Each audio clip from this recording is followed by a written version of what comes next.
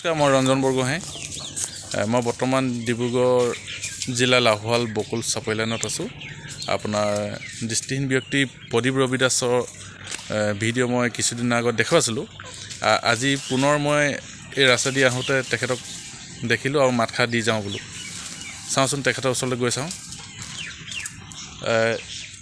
প্ৰদীপ, কি কৰিছা? হয় নি? অঁ, পাচি গোবৰ পাচি আৰু দুটা আছে। হয় নি? এই কি বনাই আছা এইটো এতিয়া? গোবৰ পাচিয়ে বনাম। গোবৰ পাচি, কুকুৰা সজা। কুকুৰা সজা। আৰু এইকেইটা কোনে বনাইছে? এইকেইটা মই বনাওঁ, এই এজন নিব সেইকাৰণে উলিয়াইছোঁ। হয় নি? এইকেইটা যোৰা এই যোৰা কেনেকৈ? 300 টকা এইকেইটা? আচ্ছা আচ্ছা, দেখুৱাই দিয়াচোন এইকেইটা। বাঁহ তুমি নিজে কাটা নেকি? বাঁহটো নিজেই কাটিলোঁ, কোনে কাটি দিব?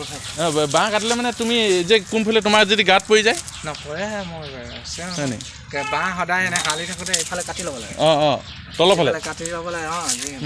বাঁহটো এইফালে কাটি এইফালে মাথাটো থ'ব নালাগে, চুইং হ'ব আৰু। মানে এই বাঁহ সদায় কোনফালে হাওলা দেখি তলৰ দেখি কাটি ল'ব লাগে। আধা কাটি হৈ যাব। এতিয়া এইফালে বহি এইফালে কাটিব লাগে, এইফালে কাটিব লাগে। তাৰপিছত লাষ্টতহে ইয়াত কাটিব লাগে। হয়, বাঁহটো স্প্ৰিং কৰিব এইফালে, এইফালে থাকিব নালাগে। টানি আনোতে বাতি এনেকৈ জোকাৰিব লাগে কোনটো মাহ লাগি আছে। এইটো লাগি আছে যে এনেকৈ এইফালে পাৰ হ'ব পাৰে। এনেকৈ টানি এইফালে নিজৰ ফালে টানি গ'লে ওলাই যায়। আচ্ছা আচ্ছা, এইকেইটা সজা তুমি নিজে বনাইছা ন? এই দাম কিমান?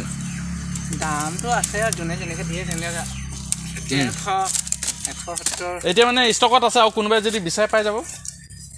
পাব, অৰ্ডাৰ দিলে পাই যাব ন? 300 টকা যোৰা? এইটো আছে, দাম নাপাওঁ ন, মোৰ বহুত কাম থাকে যে। এইফালে দাংবডি ৰুইছোঁ। অঁ, এইবিলাক বাঁহৰ কাম কৰাৰ উপৰিও তুমি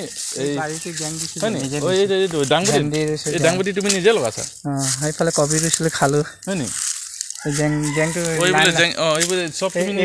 তুমি নিজে দিছা?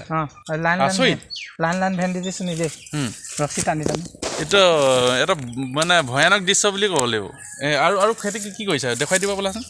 এইটো শেষেই হ'ল, আলু। ব'লাচোন, গৈ থকা আগে আগে। টুপি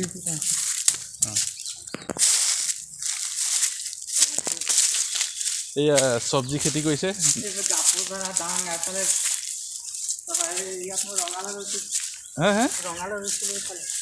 হয় নি? এইবিলাক ৰঙালাও নিজে খেতি কৰিছে। এয়া প্ৰদীপ ৰবি দাসে নিজেই এইবিলাক ৰঙালাও খেতি কৰিছে চব। দেখি পাইছে? অঁ, দেখিছে। ইয়াত এটা বটল ওলোমা আছে, দেখিছে?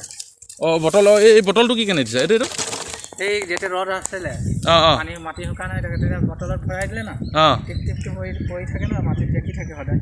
এইফালে হাঁচো মানে ওচৰত এইফালে অঁ, এই বটলটো বটলৰ কাহিনীটো কোৱাচোন। এই বটলটো বটল এনেই য'তে ত'তে পেলাই থাকে মানুহ। মই এইবোৰ গোটাই মেলি সব লাও, ডিঙালা, কিবা কিবি ৰঙালাও তিতাকেৰেলা হওক, য'তে এটা ওলমাই দিবা না, জলকীয়া হওক, টিপ টিপ টিপকৈ পানী পৰি থাকিব। এক ৰাতি 24 ঘণ্টাত 1 বটল শেষ হ'ব। 24 ঘণ্টাত 1 বটল শেষ হ'ব। শেষ হ'লে মানে পানীটো একেবাৰে আমি 1 বাল্টি ঢালিলেই নাপায়, নষ্ট হৈ যায়। মানে বটলত পানীটো ভৰাই দিব লাগিব আৰু তলত কি সৰু ফুটা এটা কৰি দিব লাগিব। পিনত সৰু টিপ টিপকৈ পৰি থাকিব মানে এই মানে গছজোপা গুৰিত পোৱাকৈ মানে এইটো মানে বটলটো বান্ধি দিব লাগিব। তেতিয়া আপোনাৰ সেইফালেও নাথাকে জাবৰ, বটল অভাৱ হৈ যাব।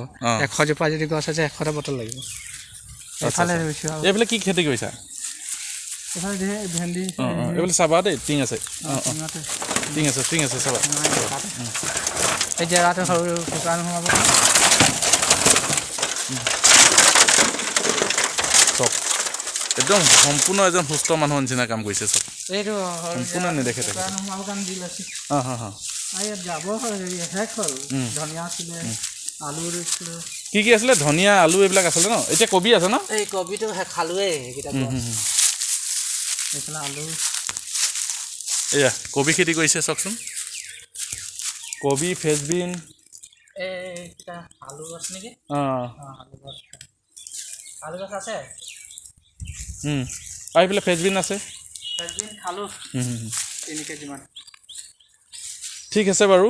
এই ৰাইজক জনাই দিয়া তুমি আকৌ হেৰি কাৰেণ্টৰ ব'ৰ্ডখন কেতিয়া বনাবা এইটোতো একদম চাবৰ কাৰণে বৰ আশা কৰি আছে বহুতে ফোন কৰি আছে সময়তে নিবলৈ নাই মই বাঁহৰ বেডিং এটা বনাই থৈছোঁ বাঁহৰ বেডিং 4টা হ'লোঁ সেইদিনা 4টা একো ভাগি যোৱা নাই 4টা হৈও নাই ভঙা মানে দৃষ্টিহীন ছাত্ৰ সন্থা কোনোবা আহিছিলে নেকি আমাৰ আহি থাকে প্ৰায় আহি থাকে সেইদিনা দেখিছিলোঁ তাৰমানে ছেক্ৰেটাৰী গোবিন্দ সোণা বুলি কয় হয় হয় তেওঁ আহিছিলে আচ্ছা আচ্ছা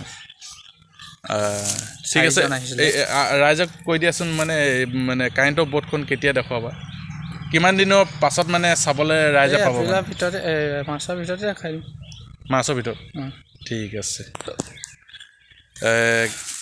ইমানখিনি ৰাইজক দেখুৱালোঁ অঁ টিউবৱেল ভাঙিলেও তুমি নিজে বনোৱা পাইপ নিপুল চিপুল নিজে জইন কৰিলোঁ টিউবৱেলৰ কি ভাগিলে মানে বনাই দিয়া প্লেঞ্জাৰ নিপুল হওক আৰু ঘৰৰ যে ৰেজিংটো দীঘলকৈ দিয়া আছে সেইটো মই নিজে ফিটিং কৰিছোঁ সেইটো ঘৰ ৰেজিং সেইটো বাৰাণ্ডাটোত নাই গলিটো নাই বাৰাণ্ডাৰ গাড়ী সকলোৱে ফিটিং মানে প্ৰায় ভাগ মানে এইবিলাক এই যে হেঙাবিলাক দিছা তুমি এই বাঁহৰ হেঙাবিলাক এটা আচৰিত ধৰণৰ ন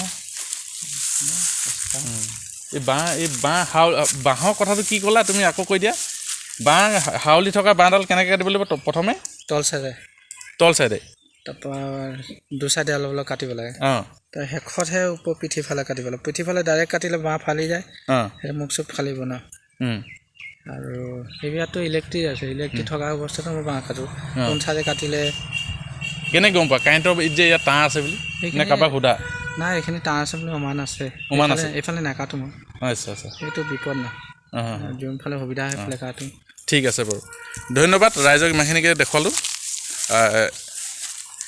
এখেতক যিমান পাৰে আগুৱাই নিব এখেতৰ প্ৰতিভা যিমান যি আছে এইখিনি ৰাইজে অতি সোনকালে চাবলৈ পাব কাৰেণ্টৰ বিষয়টো আছেই এই চাওকচোন এই গেটখন আৰু বটলৰ ফৰ্মুলাটো দিলে বটলৰ মানে অপব্যৱহাৰ যাতে মানে য'ত ত'ত পৰি নাথাকে এইখিনি কৈ ধন্যবাদ